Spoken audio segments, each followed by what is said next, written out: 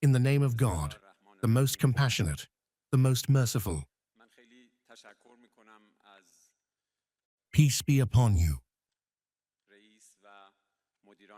I would like to express my sincere gratitude to the respected President and administrators of Islamic Azad University. Peace be upon you. Welcome to all the distinguished guests and esteemed participants present at this gathering. I extend my greetings and respect to the dear students who have come together here to honor their classmates, to commemorate the students of Minab and other cities of Iran who were martyred and whose blood was shed. We send our salutations and hope that holding such gatherings will serve as a reminder to the human conscience, so that people may know, and we ourselves may know, what crimes occurred during the two imposed wars against the Iranian people over the past year. The peoples of the world, despite all their differences, share certain things in common, and this commonality is part of human nature and innate disposition. All nations honor the children they have lost. Grieving for the loss of a child is a tribute to human nature and conscience. Children are the most innocent and the first victims of war. How many become victims of bullets, bombs, and missiles? How many suffer permanent wounds to their bodies and souls? And how many carry throughout their lives the heavy burden of losing their parents and loved ones? Today, we have gathered here to remember the innocent children whose small and pure wings fluttered and pierced the heavens, carrying the bitter and painful story of the earth to the Lord of the skies. Children whose bodies rest in the soil while their souls ascended to eternity. The children of Shajareh Tayyebeh School in Minab lived short lives, yet the mark of their presence has been engraved so deeply upon our society that they have become part of the historical memory of the Iranian people. Minab is only one example among hundreds of crimes committed by America and Israel against Iranians.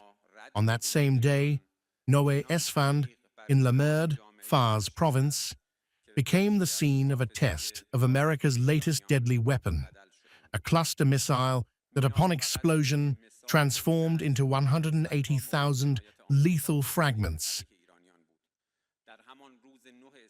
Some may ask, why do we still speak of the children of Minab, of the children of Lamerd, of the many Iranian children who lost their lives during the imposed war of last Khordad and during the recent 12-day imposed war? Why is their grief still fresh? Why do we continue to speak their names? The answer to this question should not be sought only in the realm of emotion. Mourning for one's fellow human beings and compatriots is noble, but it is not sufficient to keep historical memory alive. What calls us to remember them is our responsibility toward the truth, a responsibility that compels us to keep the lamp of memory lit so that the darkness of forgetfulness does not cast its shadow over the past or over our human conscience. Nations are not known merely by borders and maps. What binds the people of a land together is the invisible thread of shared memories, the sufferings they endured together, the hopes they nurtured together, and the aspirations they carried together. Whenever these memories are entrusted to forgetfulness, part of a nation's identity disappears. The martyred children of Shajareh Tayyebeh School in Minab are not merely names on a list or victims of a historical event. They are symbols of innocence, symbols of the bitter truth that in times of war and violence, the most defenseless human beings bear the heaviest costs. When we speak of the children of Minab, we are in fact speaking about human dignity, about every child's right to live, to learn, to dream, and to build a future worthy of them.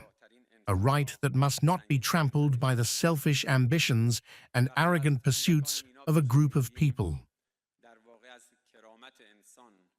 We remember these children so that we may remind future generations that peace and security are not automatic or guaranteed blessings. What appears self-evident today is the result of immense suffering and the heavy price paid by previous generations. Perhaps the most tragic aspect of this story is that with the death of a child, not only is a life extinguished, but an entire world of possibilities disappears. Dreams that have not yet taken shape die. Talents that have not yet blossomed wither away. Futures that never had the chance to emerge vanish forever. But alongside those who departed, we must also remember those who remained. Usually, when we speak of child victims of war, our minds turn to those who lost their lives. Yet war does not create devastation only through killing. Sometimes it leaves a child alive so that they may carry the burden of that tragedy for many years, in their bodies, in their memories, and in their sleepless nights.